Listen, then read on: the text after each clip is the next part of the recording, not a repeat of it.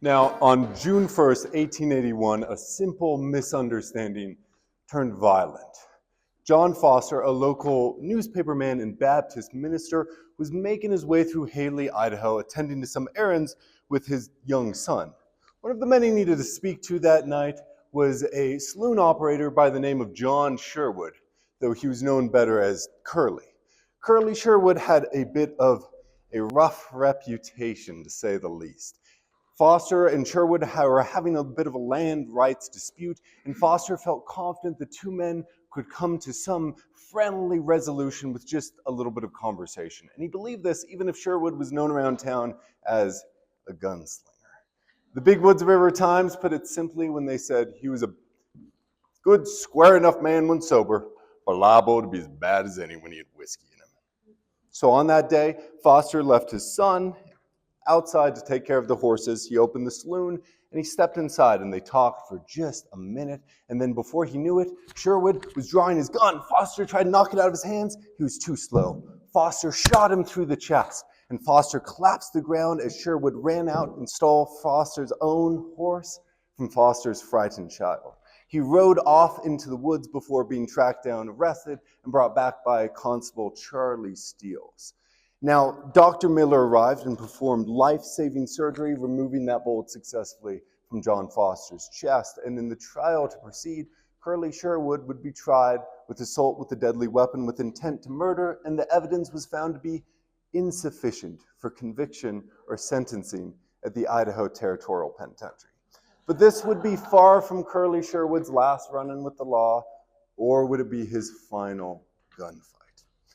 Welcome. Thank you all so much for being here today with me. My name is Samuel Anderson. I serve the Idaho State Historical Society, where I work as the Education Research Coordinator over at the Old Idaho Penitentiary. And I'm here tonight specifically to talk a little bit of the overlap between the history of the Idaho Penitentiary in Blaine County. But before we jump into it, I do want to remind you I am going to touch on a few dark subjects.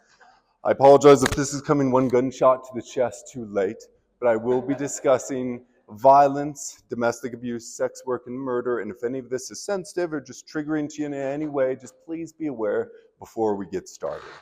Now, the Idaho Penitentiary was established in 1872. Prior to this, the Idaho Territory was established in 1863, and this new area struggled with a lack of law and order. And so the penitentiary would be established in Boise, opening its doors on March 22nd on 1872. And this prison would operate as a federal institution for 18 years and then run as a state prison until its closure in 1973. During that 101 years of operation, it incarcerated men, women, and even small children. It housed nearly 217 women and nearly 14,000 men. And out of that many individuals, you see about every type of lawbreaker, from adultery to arson. But the most common by far was forgery, bad checks, typically, and other forms of petty theft. And while that made up the majority of our prisoners, that's not actually what I'm here today to speak about. I'm going to speak about some of the more sensationalized stories to ever come out of the Blaine area. So please, as we go through this, remember that this made up the majority of the population, and the ones we're connecting with tonight are kind of the highlights. Now, the early settlers of Idaho immediately came up against an enormous obstacle, a rugged grouping of mountains called the Sawtooths. So in 1864, the Idaho Territorial Legislature just carved the central region into one enormous county, Alturas. At the time, Alturas was so large, it could have contained the entire states of Maryland, Delaware, and New Jersey, and yet it was all under the jurisdiction of one single sheriff. Though the county would later be divided into 14 smaller counties, the heart of Alturas remains today in Blaine. The area now known as Blaine was home to the Shoshone, the Bannock, and the Lemhi peoples for tens of thousands of years before these groups were forcefully relocated to Native American reservations. But the early settlers who came to this region were drawn there for opportunity. Some came for the abundant gold, the vast grazing ground for sheep, and as well as the natural hot springs that soon sparked a booming tourism industry, which is still flourishing to this day. But as fortunes were gained and lost, crime became just as prolific, leading to the rise and fall of some of Idaho's most famous law enforcers and outlaws. Join me tonight, and for the next 60 minutes, we're going to take a step back into history and look at true tales and stories of redemption, revenge, romance, and showdowns right here in the shadow of Sun Valley. Tonight, you're learning what really happened in these small mining settlements after that sunset in the Sawtooth Mountains. Now, moving 3,000 sheep is no simple feat. So when Paul Colbert stopped in Boise to resupply, he hired on 3 extra shepherds to help him get through the rougher stages of the mountains. The youngest of the 3 shepherds that he hired that day was named Frank Armstrong. He gave his age as 19, though he was likely a little closer to 17. In Haley, they stopped to resupply, and there the other shepherds learned that Paul Colbert was keeping $1,000 worth of cash on his body. On July 1st, 1886, they stopped to make camp on the road leading towards Arco. And after the sun set and the night grew very dark, Armstrong waited until he could hear the snoring of his boss, Paul Colbert. And then he snuck over to the bedroll, he took out his gun, he grabbed the old man by the beard, pulled his head flush with the muzzle, and then unloaded multiple rounds. He then stole a horse and fled off into the night. And for the next week, Frank Armstrong avoided all the roads and travelers, and he just hid out waiting for the heat to die down. But by that following Monday, he, of course, had run out of supplies. So he snuck down to the small mining camp of Era. He knocked on a cabin door and asked for food. The man who opened that door was named Donovan, and he eagerly invited the midnight stranger inside, and then sent word to Deputy Sheriff Jack Campbell to come arrest the boy. Jack Campbell came, arrested Armstrong, and he was in custody for less than 1 hour before he confessed to the crime. He admitted killing Paul Colbert, and he claimed he'd done the deed as a hired assassin, claiming he was paid $25 to kill this man. Now, Deputy Jack Campbell was a little skeptical. He had interviewed the other shepherds. He had been the first man to the scene of the crime and found the body had his clothes rummaged through, and he thought robbery was a more likely motive. Plus, $25, which is about $800 in modern currency, seems like a very trivial amount to take someone's life over. So Frank Armstrong was put on trial that November. He was found guilty by a jury of his peers of murder in the first degree, and Judge Bordrick sentenced him to execution. 2 days before that scheduled hanging in December, they decided to give the case over to the Idaho Supreme Court, who would meet that February and declared there was enough evidence to support a retrial. And so a new trial was scheduled, and the young Armstrong had no interest of waiting around for another chance in court. And he and another man, Lewis Wyman, escaped from the Haley jail on May 31st, 1887. Lewis Wyman was in for an especially sinister crime of attempting to wreck a train in Glenn's Ferry. Now, the 2 men fled, and Sheriff Pat Kinney offered a bounty on the men. Now, the standard bounty from an escaped prisoner from the Idaho Penitentiary was just $50, but sometimes it could be as low as $25. So when Sheriff Kinney offered a reward of $250, it was more than enough to get the locals to pitch in. And John Ward would soon arrest, a citizen's arrest of Lewis Wyman. After bringing him in, Lyman would very quickly confess and give up the location of Frank Armstrong, who was hiding in the lava fields near Dead Man's Flat. Armstrong was brought in, he was put on trial, and this time he was found guilty of murder in the second degree. He was sentenced to life in the Idaho State Penitentiary, the Idaho Territorial Penitentiary. He would stay there long enough to see it become a state institution, and while many individuals did not serve their entire sentence, he spent 19 years, more than double his life. Other individuals would be in the prison for much shorter stays. Laura Conway Tucker found herself at a difficult crossroads with the death of her young son Jimmy and then her husband James in 1872. She'd been widowed at just 28 years old, and she had no means to support herself and her 2 children, her 8-year-old daughter Molly and her 3-year-old son Sterling. So Laura did what many others had done before her, and she went west looking for better opportunities, and she settled in Ketchum in 1880, and there she discovered her true passion, she was going to write. She became a reporter for the Ketchum Keystone and later became the sole editor of the paper between 1892 and 1899. And in doing so, she became the first female newspaper editor in the history of Idaho.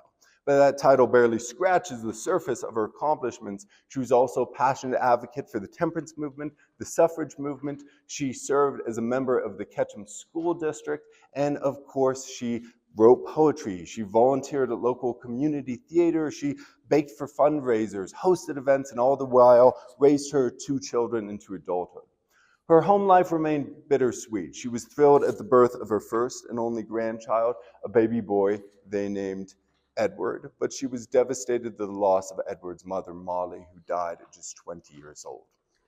Meanwhile, her only living child, Sterling, was coming of age. Now, Sterling did have a few early run-ins with the law, but he also actually served a brief stint as a deputy sheriff as well. But his main occupation was delivering mail between Dickey and Ketchum, a perilous journey through the hazardous conditions of the winter months. But he would eventually find the most success working as a mining foreman. Just like his mother, he frequently contributed to local community theater, often being cast as the romantic lead role. And a look at his very soulful eyes, it's not too hard to imagine why. Now, he would find himself working in the small mining camp of Mineral at the turn of the century. This is about 100 miles north of Boise and just outside of Weiser. There, he seemed to have engaged in some sort of romantic relationship with his landlady, Maggie Hubbard. However, when Maggie Hubbard was insulted by another miner, Samuel Matthews, Maggie turned to Sterling for defense. So Sterling Tucker went looking for Samuel Matthews. And on January 19th, 1901, he found Matthews lounging on a hotel bench inside the hotel office. And he demanded to know if what he heard he said was true, to which Samuel Matthews responded, "I said it, and you may take it as you please." Sterling Tucker's temper flared. He lunged forward and knocked both men to the ground. He quickly scrambled to his feet, ready for a fight. But Sterling Tucker was not the type of man to strike an opponent while he was down, and so he stood back and waited for Samuel Matthews to rise and face him. Matthews got to his feet, but instead of fighting, he actually turned to leave, to disengage. Then, on one heel, he spun in a flash. He drew his gun. The room exploded with gunpowder and smoke, and Sterling Tucker dropped to the ground, shot through the gut. Samuel Matthews stood over him and said, "How do you like that, Tuck?" Now, very quickly, the town mobilized to arrest him. He actually went across the street to a local saloon, and there he was arrested, taking a celebratory drink. Now, they sent word for the doctor and for Laura Conway Tucker, Sterling's mother. And when the doctor arrived, Dr. Numbers, he gave a very brutal and honest diagnosis. Sterling Tucker would not survive in the unsanitary conditions of the mining camp. Maybe, just maybe if they could get him to Boise, surgery could save his life. But Boise was out of the question. The closest train station was 24 miles away and now buried under deep snow. As you might imagine, Laura was desperate for anything to be done to save her son. Sterling was loved in that community, and as those friends gathered around, one by one they left, returning with hats, coats, and snowshoes. They bundled Sterling Tucker up in blankets, they lifted him on their shoulders, and they carried him. 18 men carried him 24 miles to the closest train station, despite the howling blizzard they had to fight through. And that train would rush Sterling Tucker to Boise, where he was quickly brought into surgery. But it was too late, and the wound proved to be fatal just the same. Samuel Matthews was found guilty of manslaughter, and he was sentenced to the Idaho State Penitentiary for a term of hard labor, and there he would serve just 4 years before receiving a full pardon. Laura Conway Tucker had her son's body shipped back to Ketchum to be buried next to his sister Molly, and then she watched as her youngest child, her baby boy, had dirt shoveled upon his coffin. That would be the day Laura Conway Tucker buried her last living child. Now, Sterling's story may have been over, but Laura Conway Tucker's story was just getting started. She continued to be one of the most influential women in Idaho, and she played a key role in the election of Senator William Borah. Her grandson, Edward, did end up growing up to adulthood, and he would marry the daughter of Boise's district attorney and have a very successful business career. Sterling Tucker's grave can still be viewed in Ketchum, Idaho, where he rests next to Molly. Now, there are other individuals who have unmarked graves in the area, but those stories are still just as compelling. Fights in the Silver Bow Saloon in Montana were nothing out of the ordinary, but on February 16, 1879, when one intoxicated brawler pulled a knife on another man, the situation threatened to turn very seriously. So one of the patrons of the saloon, sober enough to realize the seriousness of the situation, stumbled out in the street and went looking for the sheriff, a man he could not find. But he did find the night watchman, Six-Shooter Jack. Six-Shooter Jack entered the saloon and found the crowd around the fighting men. He fought through the jeering spectators, and then dodging that slashing knife, he stepped forward, grabbed the aggressor's hand, and twisted, causing him to drop that knife to the ground. He then told the man, "You are my prisoner." But to his surprise, the crowd turned hostile and violent against the young officer. They began to punch, kick, and throw bottles at his head, taking damage from all sides. He issued a single warning: "Gentlemen, stand back, or some of you will get hurt." The crowd surged forward, and in a flash, he drew on his guns. With one single clean shot, he sent one of the men to the ground. Now, William Loeb, better known as Six-Shooter Jack, was said to be one of the fastest gunfighters in Montana. They said he could throw 2 playing cards in the air and shoot out the aces of each card before they fluttered to the ground. Now, if that's true or not, it was this reputation with those guns that at first caused the sheriff to recruit him for law enforcement. But that same reputation could not save him in court and perhaps even condemned his case. He could not convince the jury that he acted under the legal jurisdiction of the law under the saloon incident. And so he was found guilty for manslaughter, and he was sentenced to the Montana Territorial Penitentiary over in Deer Lodge. There he stayed 4 years, and in his release in 1883, he left a very different man. He'd become quite hardened and involved with a group of very dangerous individuals. Six-Shooter Jack, Chase Warfield, and Joseph Harkness on May 26, 1883, stole a team of horses from Henry Valentine and fled to Idaho, where they reportedly joined up with a much larger gang. Now, the Montana authorities held a hot pursuit, but in the end they failed to catch up with them, so they sent a telegram to Alturas County, desperate for them as their last hope to stop this gang. Now, the sheriff of Alturas County was a man named Sheriff Charles Fury. He'd actually just stepped into office that very year. Sheriff Charles Fury had been born in Canada. He'd come to Alturas, and he'd recently married a local woman by the name of Clara Coffin, and they just welcomed their first child in the world. And Sheriff Charles Fury ran for election to help and find extra income to support his growing family. But truth be told, Charles Fury did not have a lot of experience in law enforcement, and he personally felt that he was a little too green to take on an entire gang by himself, let alone the fastest gunslinger in Montana. So he turned to the only man he felt like he could trust with the job, which just so happened to be Ebenezer Cunningham. Ebenezer Cunningham was born in 1838, and he was known in Idaho as the General. Now, he served in the Union Army in the 1st Infantry during the Civil War, but he actually never held the rank of general. That would be a name given to him years later. After his service in the war, he left a very seasoned veteran and went west, where he worked as a geological surveyor for the United States government. In this capacity, he found himself in Deadwood, South Dakota, and there he did begin a romantic affair with the fiery and gunslinging Isadore Rockwell. She was 22 years his junior, and this affair caused a little bit of a scandal, so much so that Cunningham ended up abandoning his wife and 4 children back home to flee farther west with this new woman. They went to Idaho, hoping that their past would not follow them there, and there is where Cunningham turned to Fury in his moment of need. Fury, despite Cunningham's controversial past, knew that he had a calm and commanding presence under gunfire. So Sheriff Charles Fury, along with Deputy Jack Campbell, had Cunningham swore in as a lawman and then had him recruit 7 other men to form a posse, and then they went in pursuit of this gang. They rode hard and fast, and by nightfall on June 15th, 1883, they'd caught up to the gang, who were camped out at Grave Creek, an ominous foreshadowing of what was to come. Now the posse silently crept through the trees and the bushes, and they created a perimeter around the outlaws' camp, and they'd agreed to wait until dawn to strike. So there in the darkness, they waited and waited. The night was very dark, and the only light was the faint orange flicker coming from the remains of their campfire. The only sounds were the burbling of the creek and the faint crackle of the dying embers of that fire.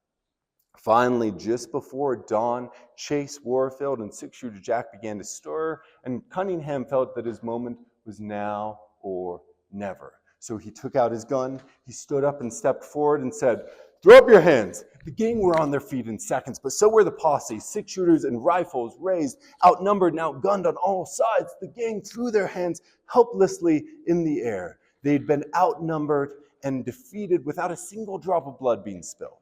But as Six-Shooter Jack looked at all of the barrels of the guns pointing at him on all sides, he wore a strange expression.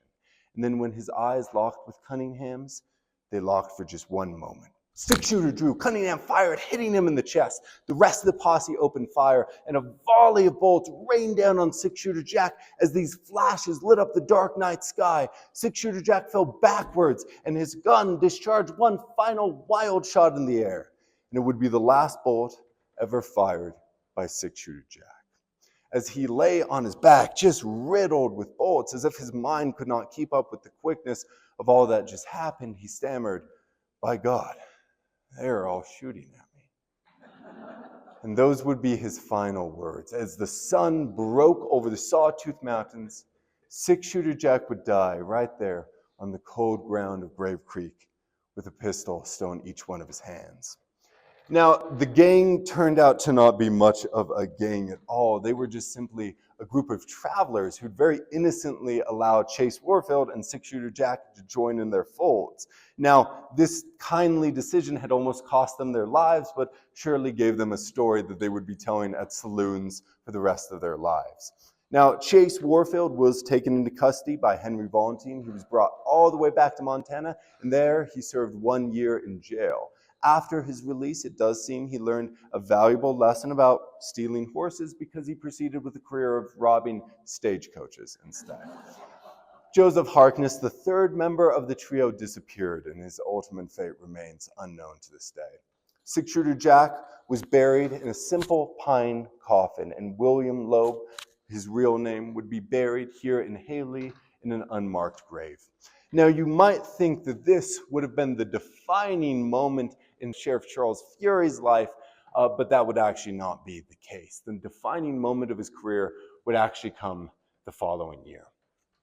Nellie Woodruff found herself in a very difficult situation. She was broke, destitute, and desperate after her husband died in 1879. This young widow found herself all alone in the town of Elko, Nevada, and she would eventually turn to sex work to pay the bills.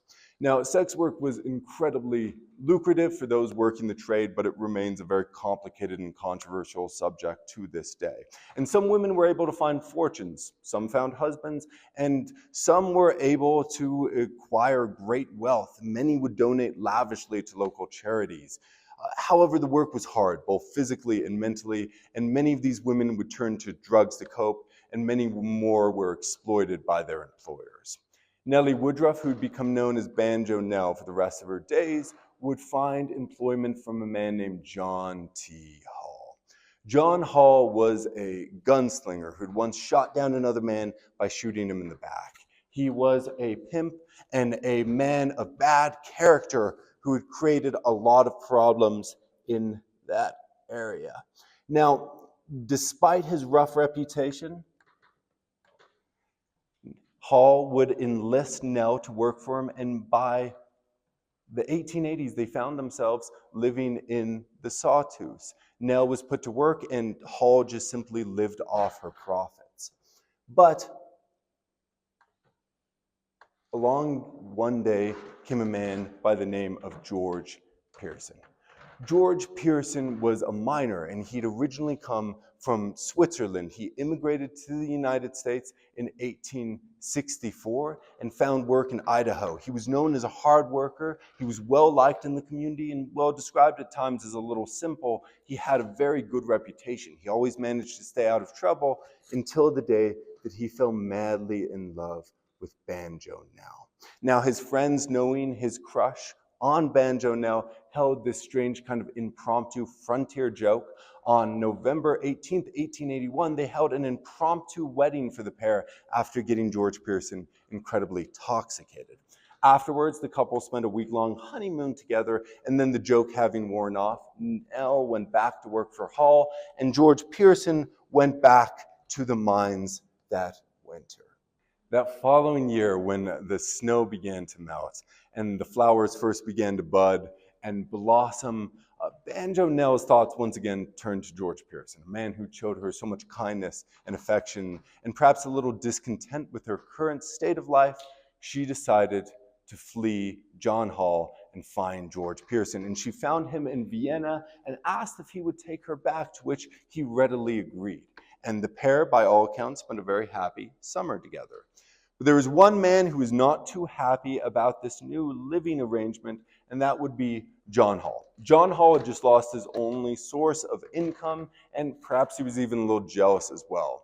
And on August 15th, 1881, he hunted Nell down. He broke into Pearson's cabin and violently attacked her. When Pearson returned home from the mines that day and found his lover after she had been attacked by this other man, she went looking for Hall. George Pearson found him at a local saloon, and when he confronted him, George Pearson begged for forgiveness. And John Hall claimed that he'd been under the influence of whiskey and opium and that he would never do it again. So George Pearson let it go and moved on, and John Hall ended up doing it again. On August 18th, 3 days later, he broke into Pearson's cabin again and violently attacked Nell. Pearson chased them off, and this time, knowing he needed help from the law, he went and found the law representative in the community, which was Deputy Anthony Ether. Deputy Anthony Ether went and found Hall and told him to leave Nell alone. And on August 22nd, John Hall broke into Pearson's cabin again and violently beat Nell. On August 25th, when Pearson was returning back from the mines, he heard gunfire coming from his home, and he rushed home to find Hall attacking Nell again for the fourth time. So he chased Hall away, and then he desperately waved down a neighbor and begged him to please go get the sheriff and please go and get a doctor. The doctor arrived, and the doctor and Pearson cared for Nell, and as they waited for Deputy Anthony Ether to come back, John Hall returned.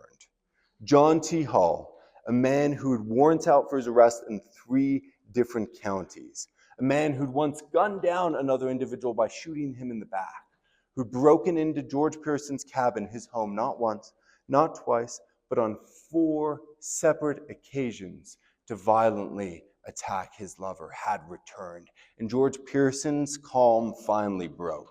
He got his gun, and according to Pearson, he stepped outside of the cabin door and found John Hall standing about 25 feet away. Both men drew, both men fired, both men missed. Pearson fired a second time, he missed a second time. John Hall turned to run, and Pearson fired one last shot. It hit John Hall in the lower back and exited out his thigh, obliterating the femoral artery in his leg. John Hall was dead in minutes. Now, in the trial to follow, George Pearson would, of course, claim innocence on grounds of self-defense. He would do so saying that he was just defending his home and his family from an intruder.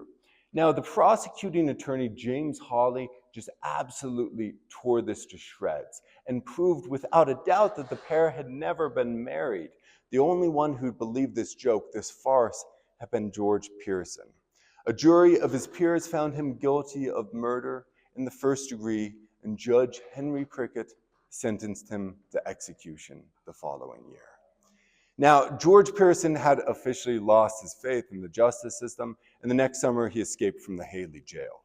Now, many of his friends in the community were angry about this verdict, and now in his hour in need, they aided, abetted him, and fed as much false information as they could to the lawmen, causing them to go in a bit of a wild goose hunt. Charles Fury would offer a bounty of $300, and he would make it payable dead or alive, which was actually remarkably rare for this era. And yet this time the community was not going to help. Sheriff Charles Fury would ride to Galena and search for him, and then Jack Campbell would ride to the Lost River on a false lead. As Sheriff Fury was on the road, he actually passed George Pearson, who was walking in the opposite direction, and not recognizing him as the wanted fugitive, he rode on. When the Haley community learned of this, he became just the laughingstock of Alturas. Finally, Sheriff John Gorman put an end to it when he arrested Pearson up in Idaho City and brought him back to the Haley jail. And there he would remain for the remainder of his life. George Pearson would be taken care of pretty well by Jack Campbell and Charles Fury in his final days. They bought him a brand new suit, and they kept him with bottles of whiskey and brandy and fine Havana cigars, George Pearson's personal favorite. But finally, the day had come on August 1st, 1884. A stagecoach arrived at the Haley jail. George Pearson was loaded up along with the lawmen, and they rode to Quigley's Gulch just outside of Haley, and there 500 spectators had gathered to watch the grim proceedings. George Pearson ascended the steps, chewing a big cigar unassisted, and at the top of the scaffold, he addressed the audience. Talking to the gallows, he spoke for some time. George Pearson's last meal had been a pint of whiskey. Now, Sheriff Charles Fury actually permitted this, and for 23 minutes he kept the entire audience spellbound. He first told the boys to leave their guns at home, and then he went on to say that the conflict had began because of John Hall. He explained it from the very beginning to the very end. He would go on to say, "No man with a heart in him can see a woman beaten black and blue without taking her side. A man has a right to defend his home. A man's home is his castle." Until the very end, he never showed any guilt for killing John Hall, and until his final breath, it appears that he never stopped loving Banjo Nell. But finally, he had nothing left to say, and so he turned to Sheriff Fury and said, "Ready to swing." Sheriff Fury stepped forward and gave him one shot of whiskey for the road, and then Jack Campbell stepped forward and bound his hands and his feet, and then placed a black hood over his head, and then a noose around his neck. George Pearson never lost his calm, but right before they pulled that noose tight, he called out, "Boys, an old-timer is going to die. Revenge him if you can." Those would be his final words. Sheriff Fury would pull the lever, and he would drop. Being pronounced dead, he would be cut down, the bag was taken off, he would be photographed, and he would be taken to the Haley Undertaker, where he would sit out for 24 hours before being buried in an unmarked grave. Now, after the debacle of the escape and the fumbling recapture of George Pearson, Charles Fury had officially lost the faith of the community, and they did not re-elect him in 1886. Jack Campbell, on the other hand, would go on to have a very long career in law enforcement. Now, Jack Campbell is a name you've probably heard me say quite a few times during the presentation today, and there's an obvious reason why. He wasn't just the most famous lawman to ever come out of the Blaine area, he may have been one of the most famous lawmen in the history of Idaho. He was born in Michigan in 1853, and he'd moved west with his brother, George. They'd settled in the Sawtooth region around 1877, and Jack proceeded with a career in law enforcement. He would work as a deputy sheriff, as a constable, as a livestock inspector, as a United States deputy marshal, and as a real-life bounty hunter. Now, the bounty hunters you see in Clint Eastwood movies are more fiction than fact, but Jack Campbell really did collect more bounties than I've ever seen an individual be able to acquire over his career. And Jack Campbell was known to be able to go just hundreds of miles on horseback to bring in very dangerous individuals. During the first decade of his career, his most mobile years, if you will, he traveled 10,000 miles in the pursuit of his duties on horse, train, stagecoach, snowshoe, and on foot.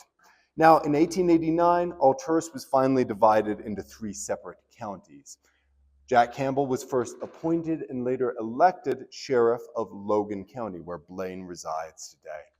Jack Campbell was a tough and talented law enforcer, and so it would take a woman just as spirited to steal his heart.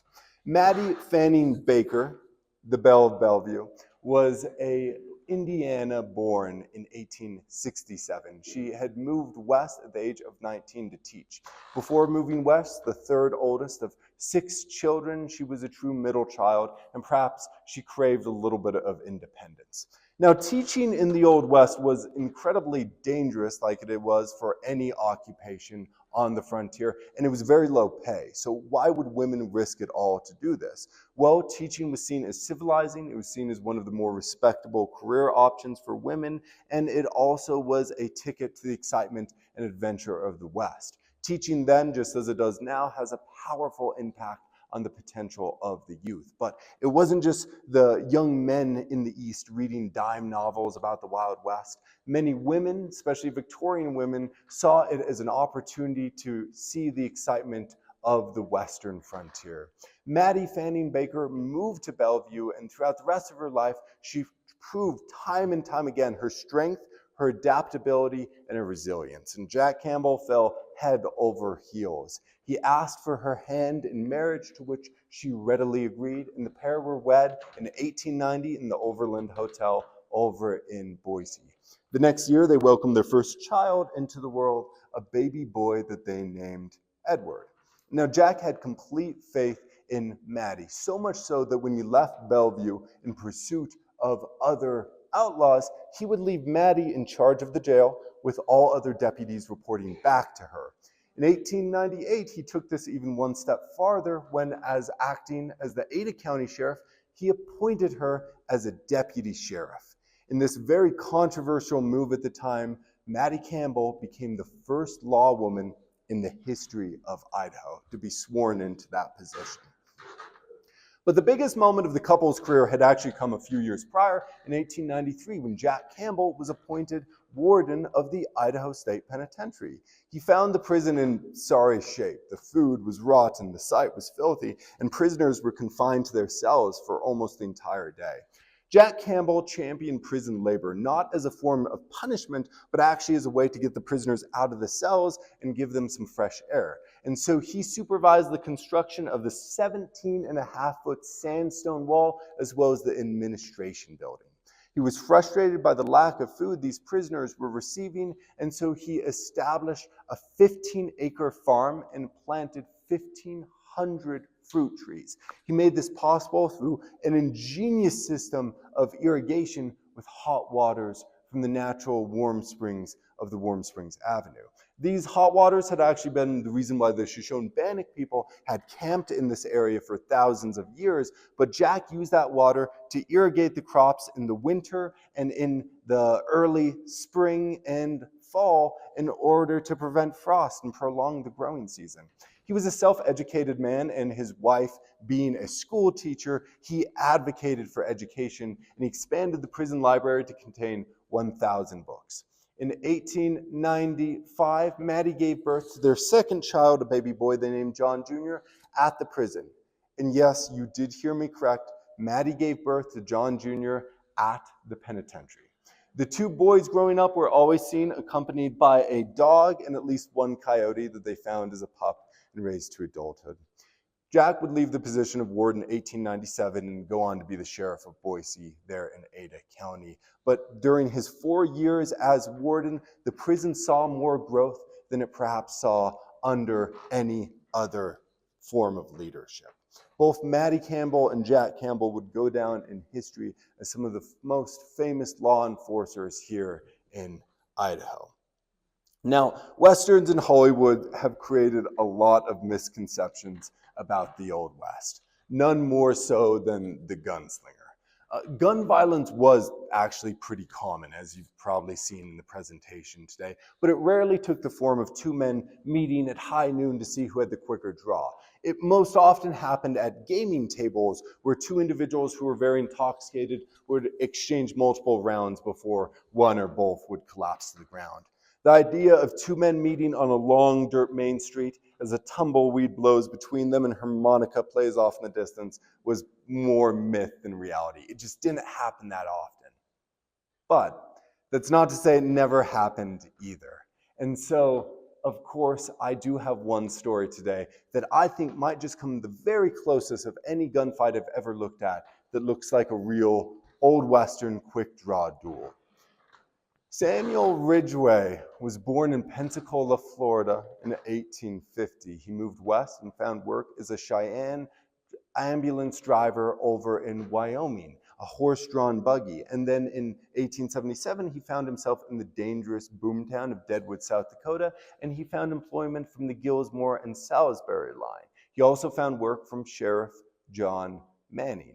In this capacity, he earned just a stellar reputation for being hardworking, brave, kind, and just very reliable. He moved to the Haley area in 1882 and started driving stage between Goose Creek and Little Big Woods River. And during this time, he would gain a very good reputation and make friends with many in the community.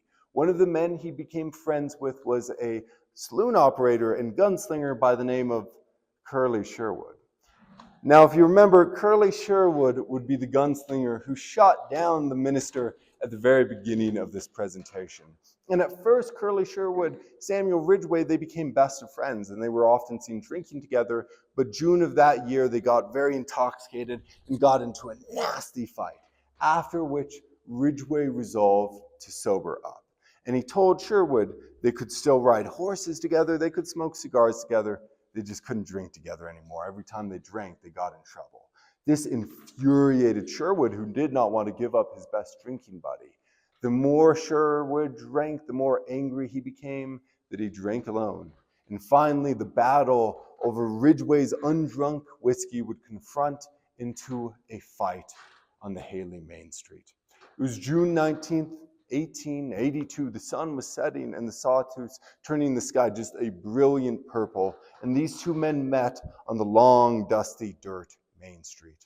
Curly Sherwood walked up to Ridgway and punched him in the face. Ridgway stumbled backwards and Sherwood drew his gun. But the sober Ridgway drew faster. Sherwood collapsed to the ground, dead before help could arrive. In the trial to follow, Samuel Ridgway would, of course, plead self-defense. The defense would bring a case against him, building his character through character witnesses for Ridgway against Sherwood, and to try and establish the point that he'd actually drawn his gun second. The jury of his peers were unconvinced, and they found him guilty of murder in the first degree. And Judge Henry Prickett sentenced Samuel Ridgway to execution.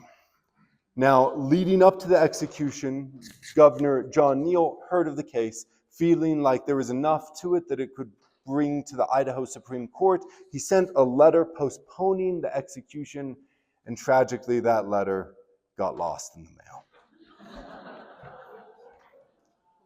On October 20th, 1882, on Ridgway's final day, he woke and had a simple meal of breakfast for his last meal, and then had one last shave, washed his face, and then went through the jail and shook hands with each one of the lawmen, and finally with Sheriff Howard Gray, thanking them each in turn for the kindness they showed him during his final months. He then had his wrists shackled, and Sheriff Gray led him to the gallows erected on the other side of Haley. Meanwhile, Governor John Neal casually rolled into town on a horse-drawn buggy. And as he got into town, not knowing the sheriff had never received the letter, he wondered why such a large crowd was gathering at the racetrack. Once he realized the mistake, the governor ran through the town, fought through the crowd, and yelled at Sheriff Gray, who called off the execution just in the nick of time. To the great relief of Samuel Ridgway, his life was commuted to life in prison at the Idaho Penitentiary. But attitudes were already changing in favor of Ridgway, and he only ended up serving 3 years before receiving a full pardon. He moved to Montana in 1885, and there he would drive stage and stay out of the news for about 6 years. In 1891, on May 26, he stood outside the Tom Gear Saloon smoking a cigar when a gambler by the name of John Lee approached him and asked if he would step inside and have a drink. Given Ridgway's history with intoxicated gunfighters, you might understand why Ridgway may have been a little reluctant. But John Lee, who was already very intoxicated, was also very persistent, and finally, Ridgway relented. He could at least go in and sit down next to the man. So they stepped in the saloon, they sat, and they talked for just a few minutes before John Lee stood up and said, "Sam, you take me for no good." He unsheathed the 6-inch knife and plunged it into Ridgway's face. He was attacked by 2 bystanders, and he cut the fingers off one man and slashed the other before fleeing into the night and stealing a gun. Now, the sheriff rounded up a posse, and they hunted after him for 2 weeks, finally arresting John Lee, who was put on trial and found guilty of murder in the 2nd degree and sentenced to the Montana State Penitentiary in Deer Lodge. Samuel Ridgway, who tried his luck again and again and had very close calls with death, seemed to have finally run out of good karma, and his life came to a very abrupt ending. Prior to his almost execution and his eventual murder, one of his strongest advocates was a man by the name of Pacote. Now, Pacote was a good man to have in your corner. Theophilus E. Pacote, which may be a name that's familiar to most in this room, was born in Canada in 1848. He immigrated to the United States and found work in a print shop as a young boy in New York City before enlisting in the Union Army, before being dismissed by his commanding officer after his officer discovered he had lied about his age, only being 16 at the time. So Theophilus E. Pacote came west to Virginia City, Nevada, and following in the footsteps of his spiritual counterpart, Mark Twain, became a newspaper editor in that city. But in 1881, he moved to Hailey, Idaho, where he started the Wood River Times. It was not the first newspaper to come out of this area, but it very quickly became one of the most popular and well-established for its 30-year run. Theophilus Pacote, just like Laura Conway Tucker from earlier in this presentation, understood that those writing on the news in the Old West weren't just reporting it, they were shaping it as well. These reporters kept mining towns, even isolated mining towns, connected both with each other and with the wider world, and held considerable power and influence over public opinion. And that power can actually just be felt in some of the stories we just explored. Pacote was the first reporter on the scene of 6-Shooter Jack and on the Samuel Ridgway's case, and so it was his stories that were republished throughout the rest of Idaho. And my own understanding of these stories are greatly influenced by Pacote's own personal perspective and editorial choices. He did have views on religion and race that have aged rather poorly, but he was also known for being very romantic, and at times he was even criticized for this, but he did sell a lot of papers. Outside of news, politics, and crime, he was not above publishing a tall tale or two on a slow news day. In 1882, he published an account of 2 miners taking refuge in a storm up at Boulder Creek before being chased out of that cave that they were hiding in by the ghost of a murdered miner. Now, the next year, in 1883, he published that Sheriff Charles Fury did battle with a giant amphibious frogman before successfully saving Hailey, in a story that sounds a little bit more like a comic book superhero. Now, the next year, Pacote might have published his most honest ghost story in 1884 when he reported Mr. Snifkins was carrying his turkey through Hailey, and as he came around a corner, a phantom leapt out at him. He dropped his turkey and he ran in fear, but after regaining his composure, he returned to the scene of the crime to retrieve his Thanksgiving meal and discovered the turkey was gone, and in its place a white sheet, presumably used by the prankers. Now, not all Pacote's inventions would fade so easily into obscurity. In 1882, on November 1st, he published the account of the Camas Wild Man and the encounter 2 cowboys had with this monster. He described the monster as over 6 feet tall, muscular, covered in thick hair, with sharp talon-like claws and tusk-like fangs. He has an eerie resemblance to what we would recognize today as Bigfoot. Now, this story got sold, and many newspapers across the entire United States republished it, as you can see by the Chicago Times illustration. But back here in Idaho, people weren't sure if it was a joke or not, and it caused a mild wave of hysteria as several real-life hunts were organized and a lot of back-and-cheek banter was exchanged between the newspapermen of Bellevue and Haley. It seems that Pecote had finally successfully blended storytelling and myth-making into a creation where people could not separate fact from fiction. Now, ghosts, goblins, and monsters make for pretty entertaining newspaper headlines, but the residents of the Sawtooths would soon learn the dangers lurking in the night were sometimes all too real. Aaron Morse, a beloved Jewish shopkeeper in Ketchum, Idaho, was on his way home on August 16, 1884. He had found himself running errands late in the night, and before he knew it, the sky had turned a deep red and then dark, and he was left to ride through the trees and the shadows to return home. He crossed over Trail Creek Bridge on his way back to Haley at some point after midnight, and an unknown assailant shot him through the face. The next morning, on August 17th, his body was discovered, and the community was outraged. They raised just a staggering bounty of $5,000 to catch and convict his killer or killers.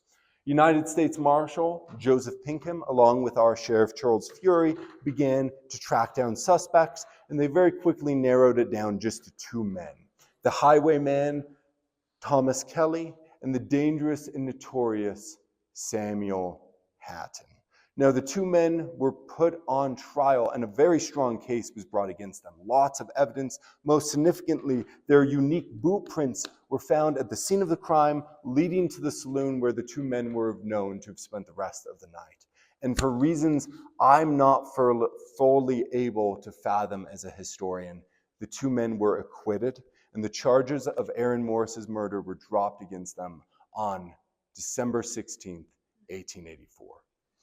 Now, it was not long after this that strange things began to happen near Trail Creek Bridge after midnight. People reported strange sounds, shadowy wraiths in the woods, and their animals refusing to cross that section of the road. In 1887, 3 miners attempted to cross the Trail Creek Bridge after midnight, and something spooked their horse, it toppled their cart, and it killed one of the passengers. According to the Ketchum Keystone, this event was blamed on the ghost of Aaron Morse. Now, meanwhile, the two men most suspected in the murders, Thomas Kelly and Samuel Hatton, were unable to elude their own fates. Thomas Kelly was reportedly shot to death in 1885 when he attempted to steal some horses from cowboys over in Oregon. Samuel Hatton robbed a saloon in Alturas County, and he was sentenced to the Idaho Territorial Penitentiary for a term of grand larceny to be punished with hard labor. Now, one of Idaho's strangest mysteries happened in 1891 on September 28th. There were 2 cowboys punching cattle down, moving them south from their summer grazing grounds, which were over by Market Lake, over in Jefferson County, and they were pushing them south for the winter. As the 2 men rode, one of the men, who's named Andrew Johns, better known as Dutch John, told his companion, Oscar Selim Herbert, better known as Tex, that he planned to kill their boss, B.F. Hake, the cattle king of Idaho. Tex, a very loyal employee and cowboy, said he would not stand for it. Dutch John got off his horse and faced off against Tex. Tex got down, and Dutch John went for his gun, and Tex told him, "You better take that glove off first." Dutch John said, "I don't have to." The men drew, and Tex got the drop. He left Dutch John where he fell. Now, they wouldn't discover his body until 38 days later, by which time the scavengers and the decomposition made it very hard to determine whether he'd been shot through the chest, which would confirm the story that Tex had been in a quick draw duel with him, or if he'd been shot through the back, which would indicate that it would support the kind of growing conspiracies that he acted as a professional assassin for B.F. Hake, the cattle king of Idaho. Tex was found guilty of murder in the 2nd degree, and he was sentenced to the Idaho Penitentiary. And there, he would remain on very good behavior, and he would meet the dangerous and notorious Samuel Hatton.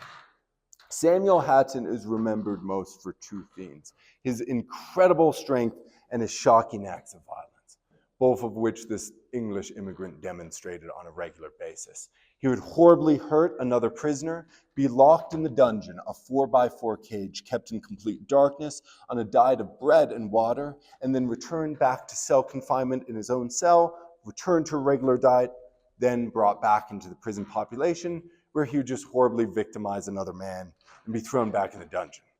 And this cycle continued, and it continued. At one point, an accomplice of Samuel Hatton admitted he once saw him shoot down an unarmed shepherd to, quote, "watch the man fall."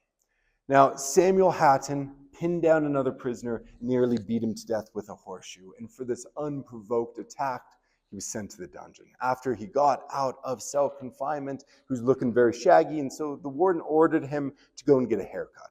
So he was brought to the prison barber, and as you might expect, he tackled the barber and began to beat the man to death. But luckily, the guard on duty, turnkey Howard French, tackled him and pulled him off, saving the barber's life. As they dragged Hatton to the dungeon yet again, he turned to French and said, "I'll slip up behind you someday and stick a knife into you." Now, despite very specific rules disallowing weapons inside the prison, turnkey French Howard began to carry an 8-inch blade with him at all times. Now, Tex had been working very hard. Our cowboy would end up finding a position as a trustee, a trusted prisoner, and become a cook in the prison's kitchen. So Tex, the cook, and Howard French, the guard, would bring Hatton his first real meal after he got out of the dungeon and was put back in cell confinement at the very top of the 1890 cell house. They'd bring that tray of food, that cup of coffee, and they would walk up to the very top of this building, and they would put the tray of food, the cup of coffee, they slid it in. And on that morning, December 16th, 1892, Hatton refused to eat. There was some back and forth. There was some very vulgar language. Hatton refused to take the food. So they reached back in, they grabbed that tray of food, and they turned to leave. But wait, they left something. That cup of coffee, that tin cup had been left in that cell. Now, those tin cups had been and would be in the future used as weapons. And that was a man you did not want to leave a contraband item with. So Howard French returned to the cell and made the very questionable decision of taking out his keys and unlocking that door. Hatton was sleeping on the bed, so he reached over for the cup, and Hatton leapt on him. He pounced on him, and the two men stumbled out and slammed against the railing, overlooking the 30-foot drop to the cell floor below. French yells out for help as Hatton begins to pound his fist into French's face. Now, the cook, Tex, freezes. He doesn't know what to do. Hatton grabs French and lifts him in the air. Right before he goes over the railing, Tex finally acts. Despite a 30-pound weight difference, Tex leaps onto Hatton, who turns his fury onto this cowboy. The two men exchange a few blows until Tex's paring knife that he'd been using in the kitchen falls to the ground. Both men go for it, and Hatton grabs it, and Tex does not need to be told twice. He is running out of the building as fast as he can. Hatton is trying to decide which man he'd rather pursue, and French steps up behind him and slips that knife into Hatton's side. Hatton yells, "I've been cut!" He attempts to flee and collapses at the top of the stairs, and there he would die. French would be put on trial for the murder of Samuel Hatton, and he would be found innocent on grounds of self-defense. He obviously shouldn't have had that knife, but the coroner's inquest did determine it was a kill or be killed situation. Tex was first criticized for not acting sooner, but they did acknowledge if he hadn't acted when he had, French would have died. Tex would serve 6 more years and receive a pardon in 1898. He would settle down with a family, marry, have kids, never commit another crime again, and live very comfortably for the rest of his days. And we do not know whether or not he was actually a professional assassin, as all of the conspiracy theorists of the day claimed. Now, if you want to come visit our site in October, please do. All month long, we do spooky stuff every weekend, a Halloween event every weekend, and they're a lot of fun.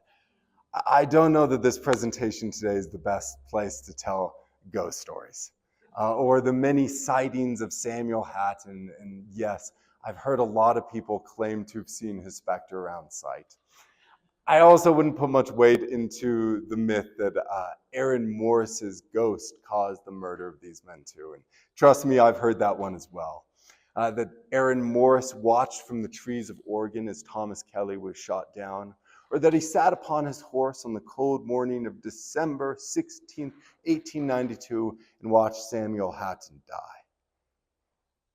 I would dismiss that because those are just scary stories. We tell each other around campfires and on stormy nights. They're just ghost stories. That's all.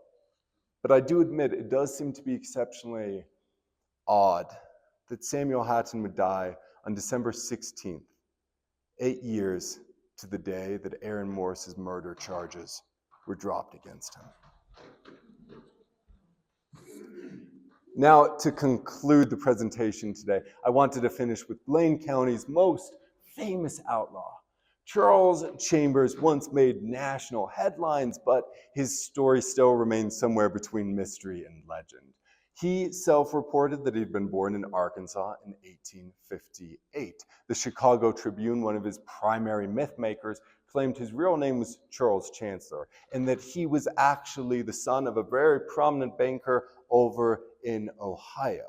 They claimed that at age 17, he'd become a clerk for his father's bank. He was set to inherit his family's entire estate, but most importantly of all, he was engaged to a beautiful young woman, just the love of his life.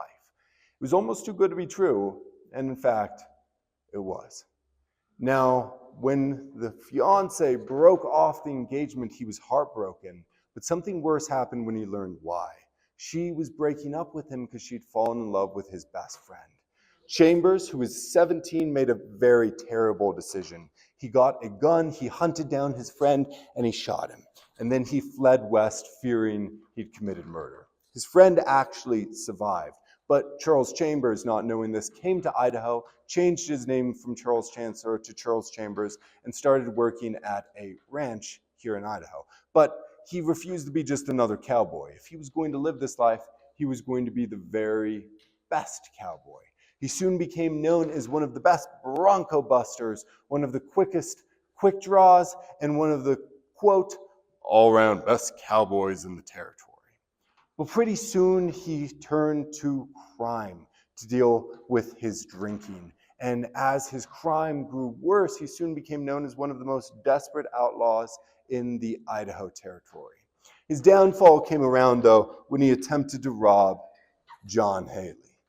Now, on July 23rd, 1881, the overland stage was making its way back to Haley, Idaho. It was climbing up the steep incline of Soul's Rest when Chambers came around a boulder, shotgun in hand, and said, "Throw out that lockbox."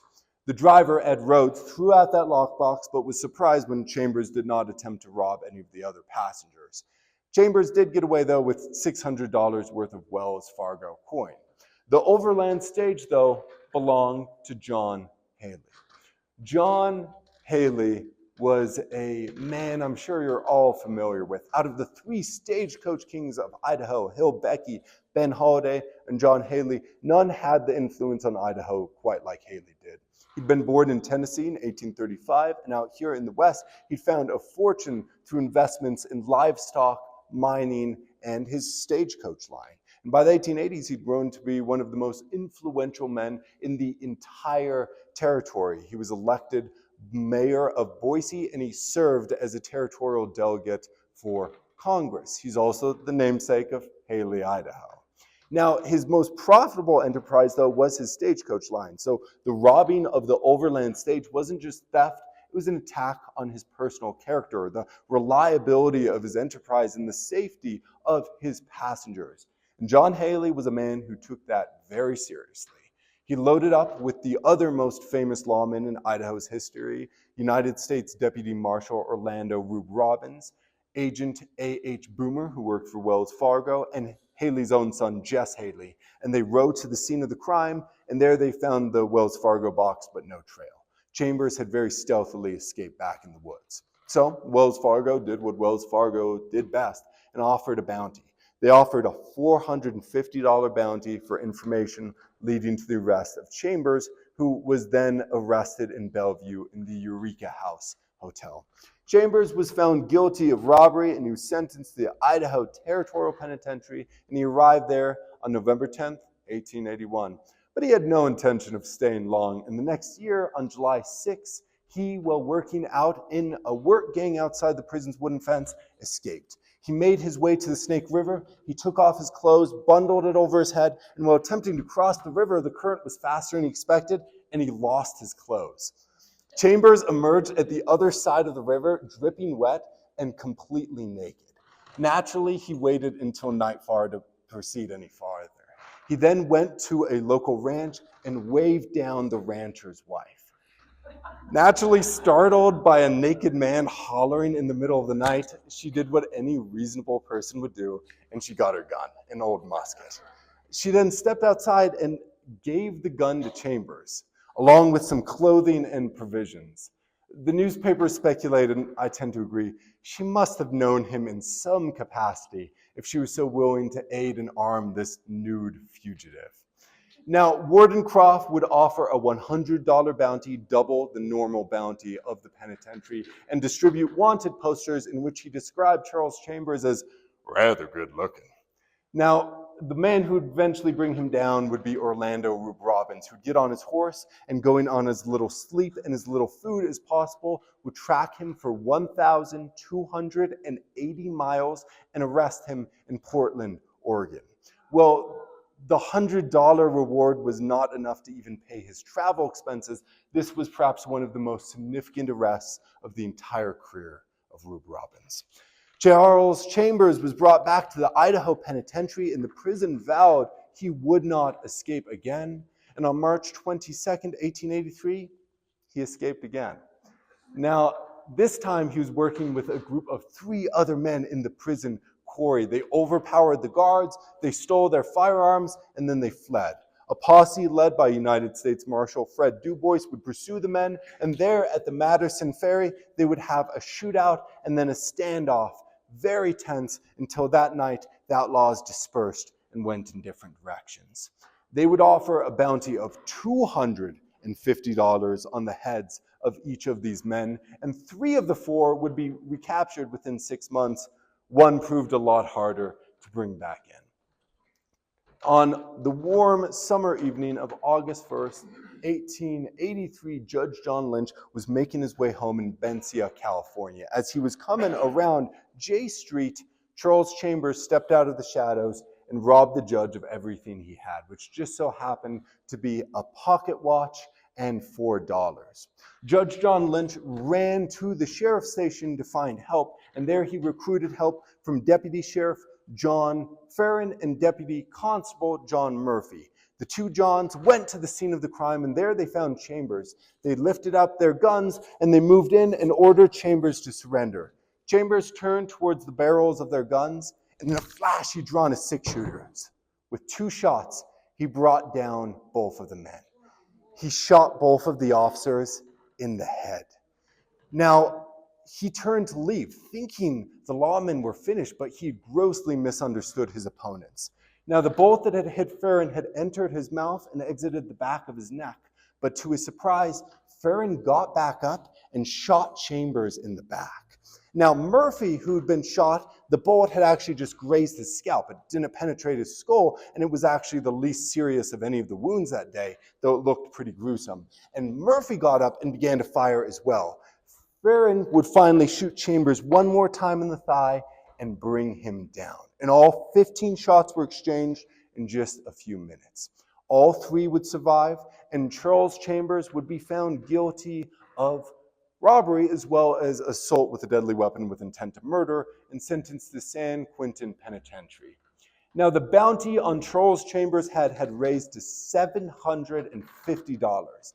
That's one of the largest in the entire history of the penitentiary. That's about $24,000 in modern currency. But John Farron, the officer who'd been shot through the face during the arrest, received nothing.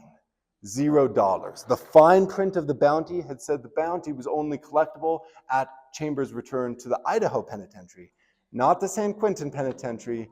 And Farron, who had brought him down and arrested him in a pretty tough situation, received nothing for his troubles.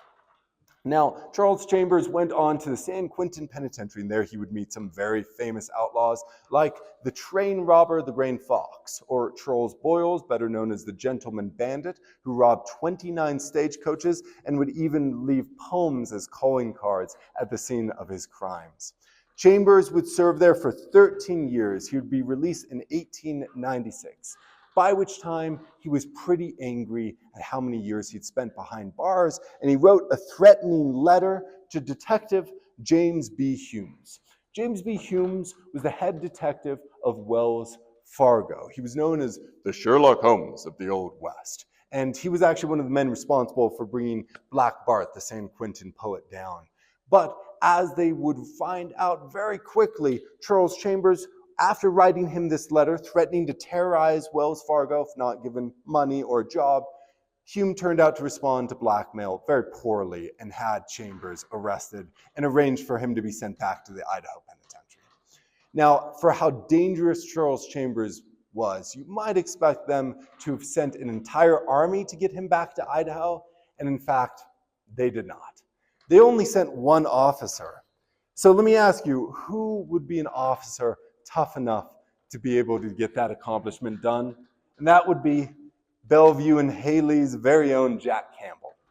Jack Campbell arrived, he handcuffed Chambers, he put an Oregon boot on his foot, basically a weighted cuff, and he loaded him up in the train and took him 48 hours back to Boise, and Chambers didn't escape.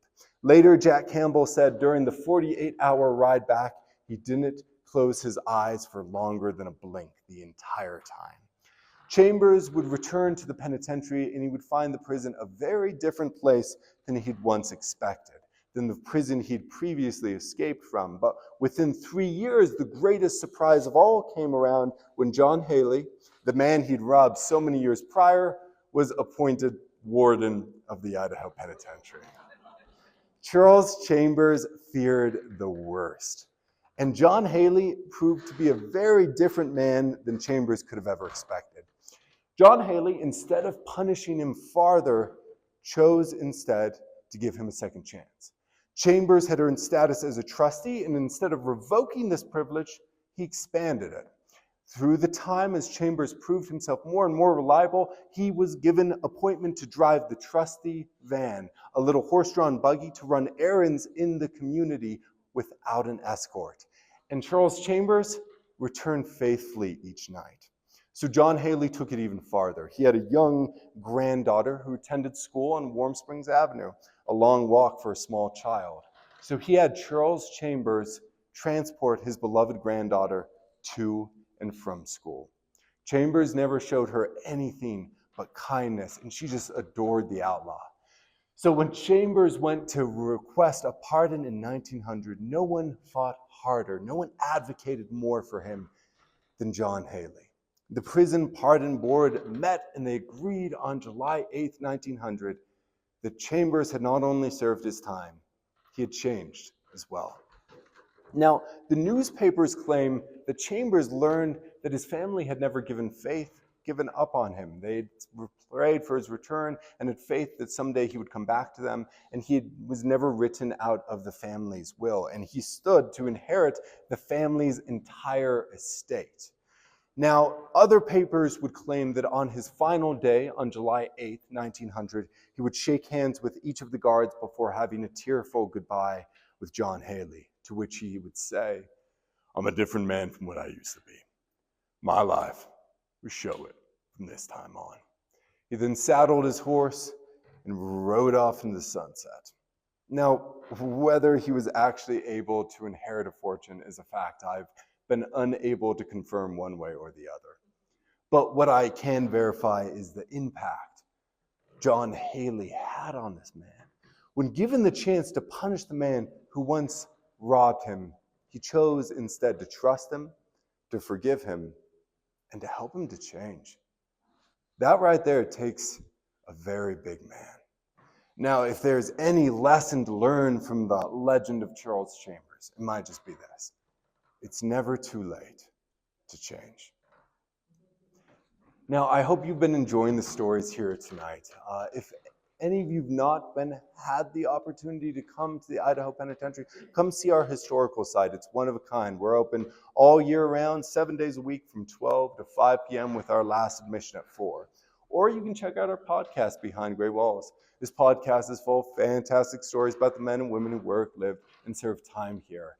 It, of course, has just reached over 100 episodes. We have 500,000 worldwide listens. There's a little bit of something for everyone in the podcast, and Charles Chambers' episode actually just dropped this last Tuesday. It's easy to see why this region has taken people's breath away for generations.